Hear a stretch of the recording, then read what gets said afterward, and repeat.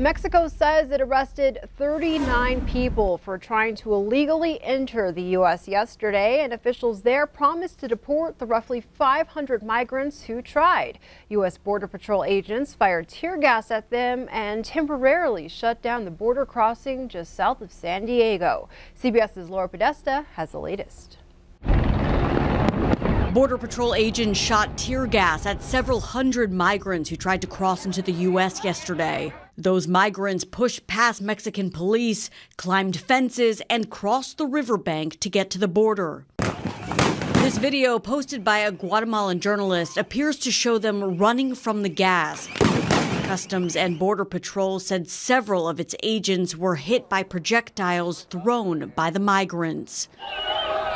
A peaceful march was underway in Tijuana before the chaos erupted. This group was protesting the slow pace that U.S. asylum claims are processed. This would be a very good time to do a shutdown. President Trump has said he's willing to shut down the government over funding for a border wall. I do not want to see the government shut down. Republican Senator Joni Ernst says Congress needs to acknowledge the president's demand. We have a lot of departments that do a lot of good for our citizens, so we need to make sure that we're funding them properly through Congress, but also realizing the goal of the president, and that is to fund the border wall. Senator Amy Klobuchar says Democrats are willing to compromise. We have the will to put the money at the border for better security and combine it with some sensible reforms, including things like a path to citizenship. Congress has until December 8th to pass a spending bill. Laura Podesta, CBS News. And CBS News has learned the Trump administration has talked with Mexico's incoming government about keeping asylum seekers in Mexico as their cases are processed in the U.S., a new rule that could go into effect as soon as December 1st when Mexico's new president is sworn in. Also making headlines this morning, a blizzard in the Midwestern United States made for hectic trips home at the end of the holiday weekend. Thousands of flights were delayed or canceled Sunday, and several major highways were temporarily closed. More disruptions are expected as the fast-moving storm hits the Northeast.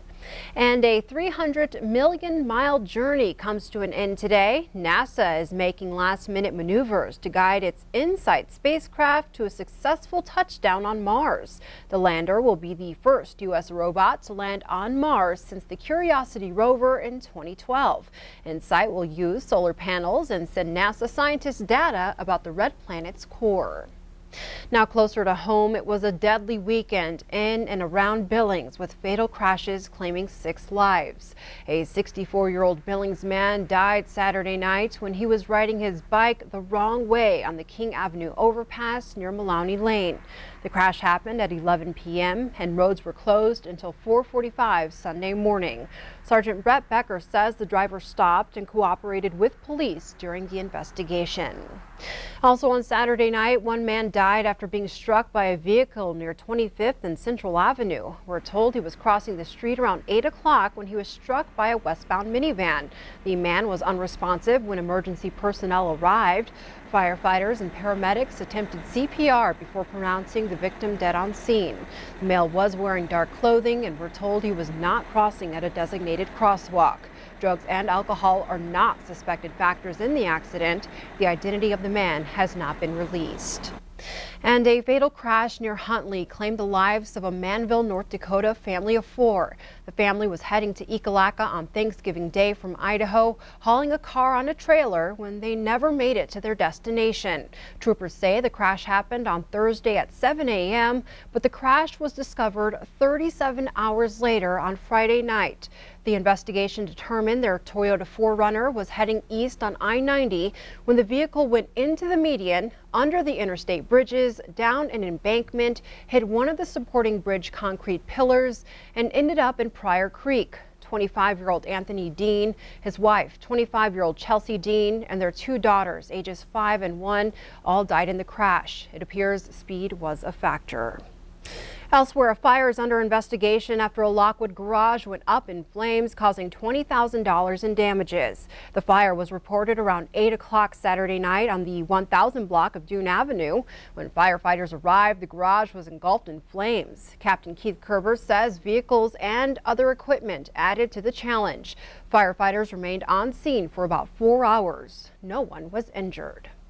In other news, holiday shoppers have one more day to steal the deals, and this time the offers are online. But shopping on Cyber Monday should be done with caution. CBS New York's Ali Bauman explains.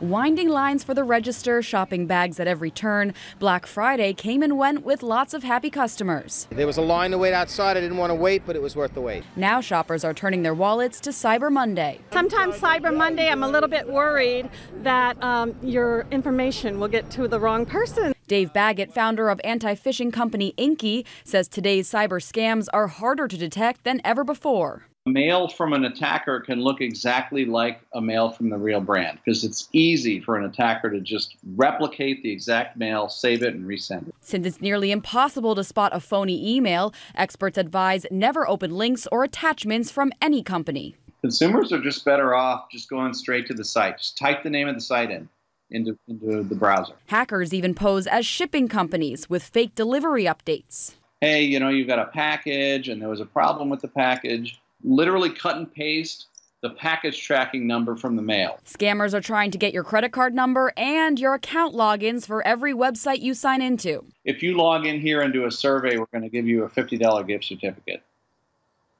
And pretty much those are scams. So be wary of any sender because hacker technology keeps getting better. Once I finish shopping, I'll be broke. So if they hack me, good luck.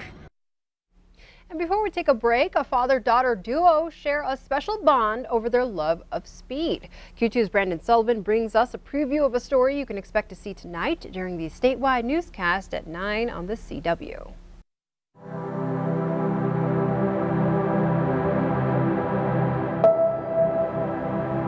It's like fate. It really is.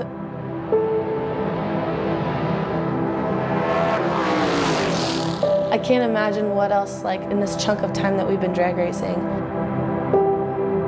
what else would have filled that time if we didn't have that. The most important people in my whole circle, the people I love the most, I met out there. Everything under the sun has happened to me. Every important thing, for the most part, has happened to me out there. What would this life have been like without it? It's unimaginable.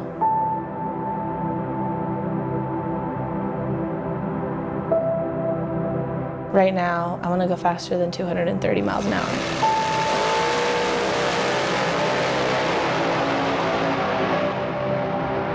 Casey gets in that car, and she just wants to rip their throat out. She just wants to kill them. And she's got an instinct I don't have there.